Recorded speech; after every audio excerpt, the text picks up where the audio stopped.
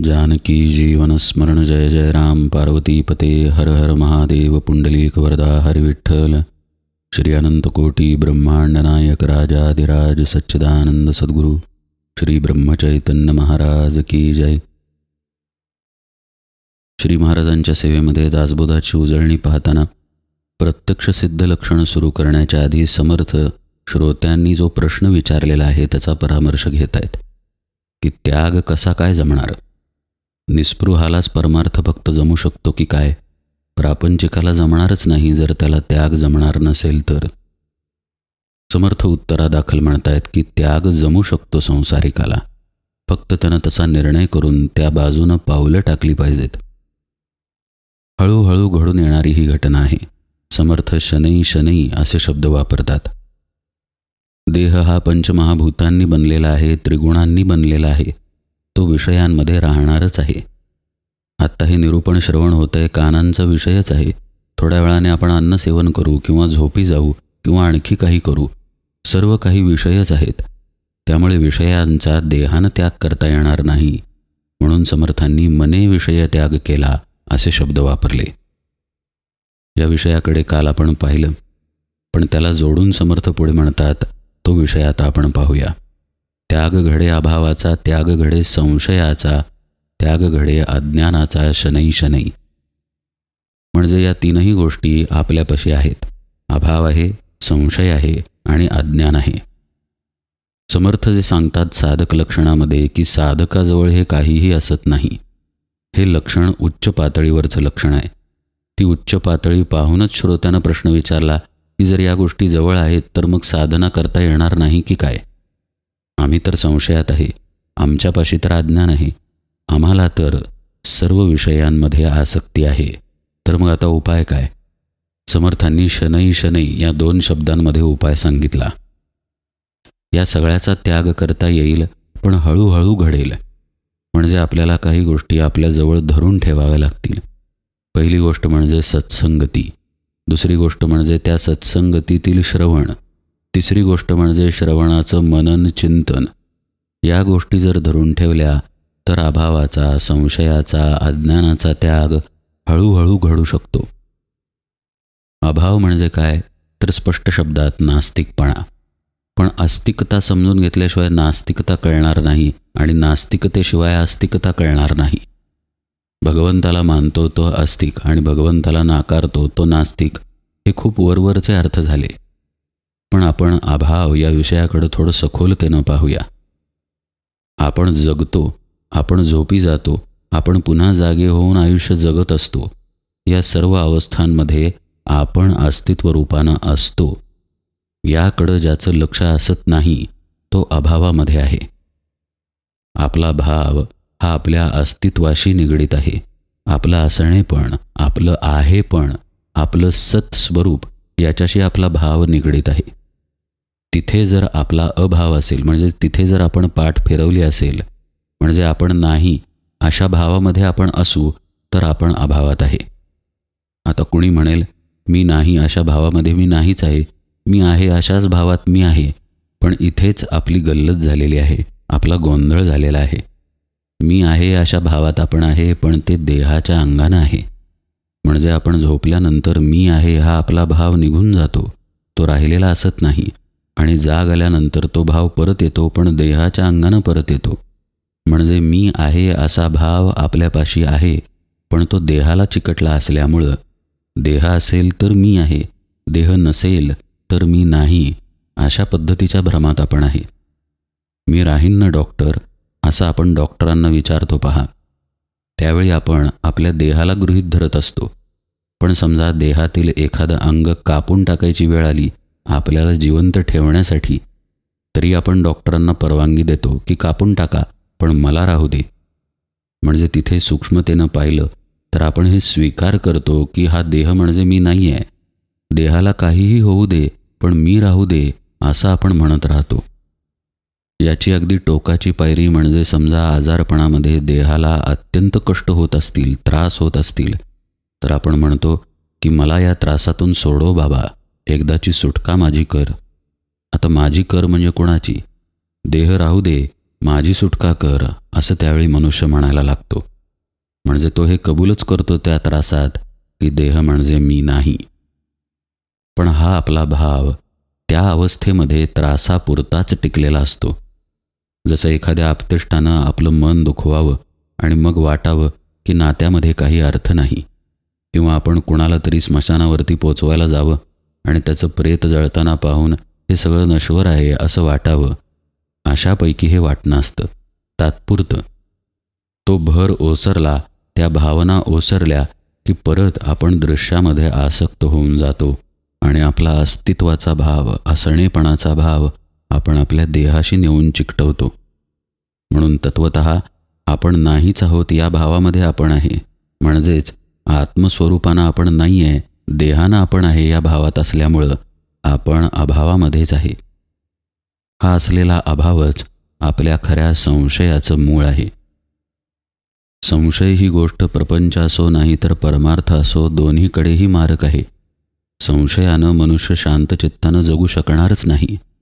आजारी पडला पण संशयामुळं डॉक्टरांकडेच गेला नाही. काय संशय तर डॉक्टरांना कळेल की नाही कोणास ठाऊक. आजकाल डॉक्टर चांगले नसतात. नीट माहिती नसेल आणि आपल्याला चुकीचे उपचार दिले गेले तर संशयानं गेलाच नाही, नुकसान त्याचंच झालं. समजा गेला डॉक्टरांकडे, पण डॉक्टर जे सांगतायत त्याच्यावरती विश्वास नाही, संशय. घरी आल्यानंतर दुसऱ्या डॉक्टरांना फोन, दुसऱ्या डॉक्टरांनी सांगितल्यानंतर तिसऱ्या डॉक्टरांना फोन. हेच करत बसला तर मग बरा कधी होणार. हे जसं प्रपंचात आहे तसंच परमार्थामध्येही लागू आहे. आपला मूळ संशय हाच आहे की मी देह आहे. आता त्या संशयातच आपण असल्यामुळं आपण सद्गुरूंकडे गेलोय. जसा आजारी आहे म्हणूनच मनुष्य डॉक्टरकडे जातो.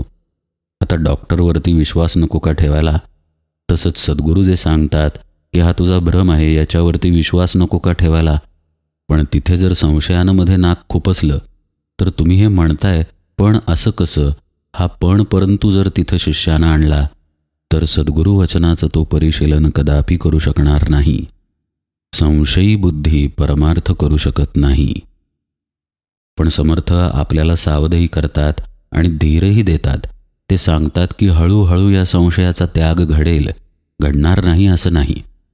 निशंक अवस्थेमध्ये सद्गुरूंना शरण जाऊन जो साधना करतो तो साधक आहे, ही गोष्ट खरी. पण तसं निशंक होण्याचा त्यांना अभ्यास केलेला असतो. तर पहिली पायरी ही की आपण आपला अभ्यास सुरू ठेवावा. श्रोत्यानं प्रश्न विचारलाय ना की आपण प्रापंचिक आहोत, सांसारिक आहोत, तर मग आपल्याला हे कसं जमणार? त्याच्या उत्तरादाखलच्या या ओव्या आहेत. त्यामुळे प्रपंचात, संसारामध्येच राहून आपली संशयी वृत्ती बाजूला टाकण्याचा अभ्यास करावा. थोडं विश्वासानं, थोडं भरोशानं जगण्याचा प्रयत्न करावा. आपल्या बुद्धीतील तर्क कुतर्क यांची वादळं जरा शांत करावीत. आपलंच मत खरं, दुसऱ्याला काय कळतंय अशा पद्धतीचा भाव टाकण्याचा अभ्यास करावा.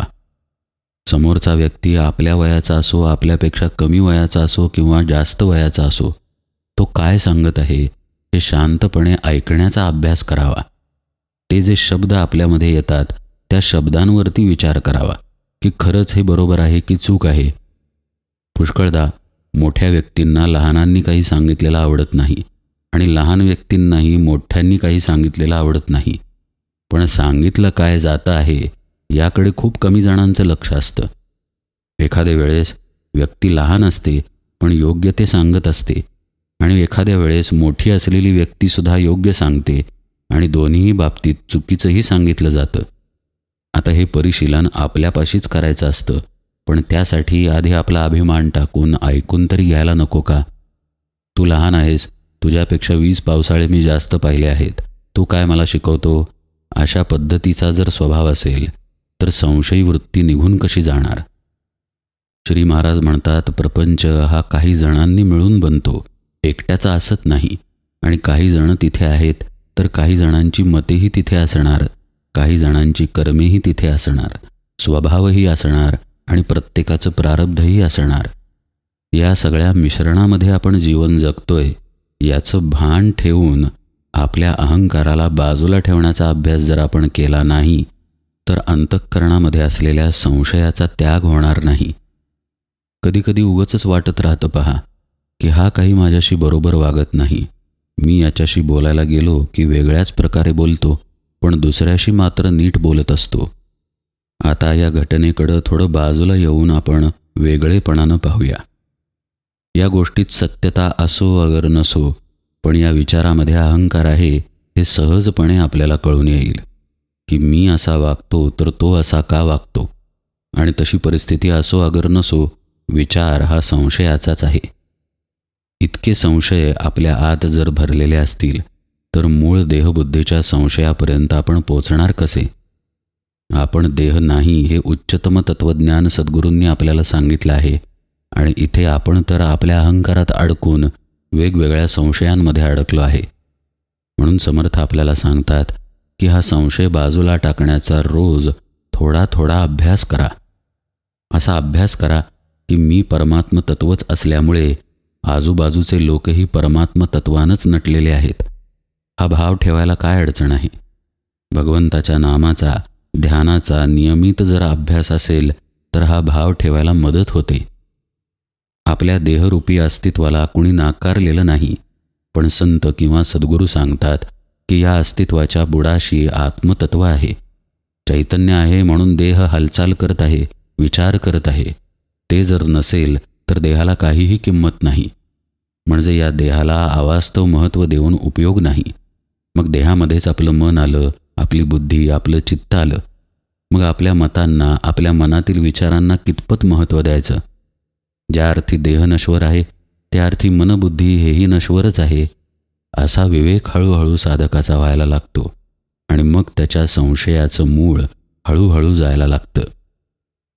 असं पहा, तब्येत जर चांगली ठेवायची असेल तर चांगलं खाल्लं पाहिजे आणि योग्य व्यायाम केला पाहिजे, हे लहानपणापासून आपल्याला माहीत आहे. शाळेतल्या पुस्तकांमध्ये तर सकस आहार असा चित्रांनी दाखवलासुद्धा आहे. पण म्हणून सगळे सकस आहार घेतात का? सगळे व्यायाम करतात का? सगळे योग्य तऱ्हेनं जीवन जगतात का? म्हणजे माहीत असलेली गोष्ट जीवनामध्ये उतरवावी लागते. बरं, तब्येतीचाच प्रश्न झाला तर आपल्या झोपेपासून आपल्या खाण्यापर्यंत आणि आपल्या व्यायामापासून आपल्या विचारांपर्यंत सगळ्यांनी मिळून आपली तब्येत ठरते. म्हणजे बारीक बारीक गोष्टीच, पण त्याचं महत्त्व तब्येतीमध्ये आहे. अशाच प्रकारे बारीक बारीक संशयच, पण ते साठत साठत वृत्ती संशयी झालेली असते. आपण ते सगळे टाकण्याचा अभ्यास हळूहळू केला की हळूहळू आपण निसंशय होऊन जातो. मग संशयरहितता असा आपला स्वभाव बनतो. ज्याच्या स्वभावातच संशय घेणं असेल तो सद्गुरूंवरही संशय घेणार, व्यवहारातही संशयीच राहणार. असा मनुष्य परमार्थ करू शकत नाही. जो संशयरहित झाला तो व्यवहारातही तसाच वागेल आणि मग परमार्थातही अगदी 100% सद्गुरूंवरती विश्वास ठेवेल. हे कबूल आहे की व्यवहारामध्ये अनेक प्रकारचे लोक आपल्या समोर येतात, त्यामुळं प्रत्येक ठिकाणी आपल्याला निसंशय होऊन चालणार नाही. पण याचं तारतम्य बाळगायला तो साधक शिकतो. बाजारात गेल्यानंतर एखादा बटाटेवाला म्हणत असेल की 200 रुपये किलो, तर तो असा अंधपणे ते बटाटे घेणार नाही. का तर मी निसंशय झालोय. तिथे संशय गरजेचा आहे. इतके कसे महाग? बाजूचा तर खूप कमी दरात देतोय. इथे तो संशय गरजेचा असला तरी वृत्ती संशयी उपयोगी असत नाही, याचं तारतम्य साधकाला कळायला लागतं. म्हणूनच साधन मार्ग हा थोडा घसरडा आहे. ज्या देहाचा, मनाचा, बुद्धीचा वापर करून साधना करायची असते, त्याच मनाचा, देहाचा, बुद्धीचा वापर करून प्रपंचही करायचा असतो. संशय हा त्याच मनबुद्धीमध्ये उत्पन्न होत असतो. तर संशय प्रपंचात कधी गरजेचा असतो तर कधी त्याज्य असतो, पण परमार्थात तो पूर्णपणे त्याज्य असतो. आणि शेवटी परमार्थामध्ये देहाचा, मनाचा आणि बुद्धीचा लय घडवायचा असतो. त्यामुळं सांभाळत सांभाळत, शिकत शिकत आपल्याला काय आवश्यक आहे आणि काय आवश्यक नाही हे करत करत साधक पुढे जात राहतो. म्हणून समर्थ शनै शनै असे शब्द वापरतात की हळूहळू घडणाऱ्या या गोष्टी आहेत. अभावाचा त्याग असेल किंवा संशयाचा त्याग असेल, एकदम हे घडू शकत नाही. श्री महाराज अतिशय सुंदर उदाहरण देतात. एकदम काहीही होणं बरं नाही. जर एकदम तब्येत सुधारली तर त्याला सूज येणं म्हणतात. ते काही खरं नव्हे. श्री महाराज म्हणतात हळूहळू तब्येत सुधारली पाहिजे, हळूहळू फरक पडत गेला पाहिजे. तसंच अभाव संशय हळूहळू दूर होत जातो. अभाव ही गोष्ट सूक्ष्मतेनं आपण पाहिली. देहाला सत्यत्व देणं आणि मी देह हे खरं मानणं हाच खरं म्हणजे अभाव आहे. मग भावाचा अभ्यास म्हणजेच मी आत्मा. पण या अभ्यासात हळूहळूच शिरायला नको का? हळूहळू जो शिरेल तो आत्मस्वरूपापर्यंत पोहोचेल. जसं श्री महाराज म्हणतात की मी देह म्हणत गेल्यानं देहबुद्धी घट्ट झाली, त्या उलट मी भगवंताचा म्हणत गेलं तर आत्मबुद्धी घट्ट होईल. सोप्या शब्दांमध्ये श्री महाराजांनी तेच सांगितलं आहे जे इथं समर्थ सांगत आहेत. हळूहळू मार्ग चाला म्हणजे मग हळूहळू अज्ञानाचाही त्याग घडेल. त्याग घडे अज्ञानाचा शनै शनै. म्हणजे आता व्यापकतेनं या ओळीकडं पाहिलं तर लक्षात येईल की अभाव संशय आणि अज्ञान हे एकाच अर्थानं इथं वापरलेले आहेत. एक गेलं की सगळं गेलंच. पूर्ण निसंशय जो झाला तो पूर्ण अज्ञानातनं बाहेर आला, पूर्ण अभावातून बाहेर आला. अभावाचा त्याग ज्याचा घडला त्याचा अज्ञानाचा आणि संशयाचाही त्याग घडला. आणि अज्ञानाचा त्याग घडल्यानंतर संशयाला तिथे जागा कुठे? हे सगळं काही हळूहळू घडत जातं. आपलं वय वाढतं तसं आपलं शरीरही वाढतं पहा. 5 वर्षाचा मुलगा, 8 वर्षाचा मुलगा, 12 वर्षाचा, 15 वर्षांचा फरक दिसत राहतो. फक्त एकच हात वाढत गेला असं जर झालं तर तो आजार ठरेल. सर्वसामान्यतः सर्व अवयव समप्रमाणात वाढत जातात. त्या अवयवांच्या ठिकाणी योग्य वाढ होत होत व्यक्ती आकारानं वाढत जाते. तशाच पद्धतीनं हळूहळू जेव्हा त्याग घडायला लागतो तेव्हा तो सर्वांगीण त्याग घडतो.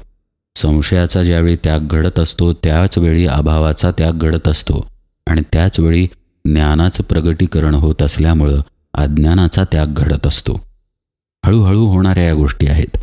समर्थ आपल्याला सांगतायत की एकदम हे घडेल किंवा एकदम संशयच नसेल तरच मी साधक आहे, एकदम अभावच नसेल तरच मी साधक आहे, असा विचार न करता हळूहळू आपल्यातील दोष घालवण्याचा अभ्यास करा. आणि या अभ्यासाची वाट आतूनही जाते आणि बाहेरूनही जाते. ऐसा सूक्ष्म अंतरत्याग उभयास घडे सांग, निस्पृहास बाह्य त्याग विशेष आहे. उभयास म्हणजे दोघांना, जो प्रापंचिक आहे किंवा जो निस्पृह साधक आहे, अशा दोघांनाही सूक्ष्मतेनं त्याग करावाच लागतो असं समर्थ म्हणतात. पण ते म्हणतात की जो निस्पृह आहे त्याला बाह्य त्याग विशेषतः करावा लागतो. हाही विषय आपण समजून घेऊया. आपण कोणत्याही पायरीवर असलो तरी चुकीचं ते चुकीचंच आहे ना. जसं की मद्यपान हे चुकीचं आहे, मग आपलं वय लहान असो, तरुण असो, नाहीतर वृद्ध असो. त्याच प्रकारे साधनेला जे त्याज्य आहे ते त्याज्यच आहे, साधक साधनेच्या कोणत्याही पायरीवर का असेना. तसं परमार्थ साधनेसाठी ज्या गोष्टींचा त्याग करायचा तो त्याग आवश्यकच आहे. आपण प्रापंचिक साधक असू नाहीतर निस्पृह साधक असू. अंतरत्याग आणि बाह्य त्याग थोडंसं सोप्या उदाहरणानं समजून घेऊया. बाहेर जाऊन चमचमीत खायचंच नाही आहे तर तसं खाण्याचा विचार कशाला करायचा? म्हणजे तो विचार आत टाळणं हा अंतरत्याग झाला आणि प्रत्यक्ष जाऊन तिथे न खाणं हा बाह्य त्याग झाला. अशा प्रकारे दोन्ही बाजूनं साधकाला सावध असावं लागतं. शम आणि दम हे 2 मार्ग आहेत पहा. शम म्हणजे मनाला आवरणं आणि दम म्हणजे प्रत्यक्ष इंद्रियांना त्या कर्मांपासून आवरणं. या दोन्ही गोष्टींचा वापर करून साधकाला नको त्या गोष्टींचा त्याग करावा लागतो. समर्थ म्हणतात निस्पृहास बाह्य त्याग विशेष आहे. जो निस्पृह साधक आहे त्याला बाह्य त्याग विशेष करून गरजेचा आहे असं समर्थ सांगतात. कारण कसं आहे, अंतरामध्ये तो सावध आहे म्हणूनच तर तो निस्पृह आहे. पण बाह्य आचरण त्यानं जर सांभाळलं नाही तर विषय पुन्हा इंद्रियांवरती आरूढ होऊन पुन्हा वृत्ती मलिन होण्याचा धोका असतो. म्हणजे प्राप्त झालेली निस्पृह अवस्था ढळण्याचा धोका असतो.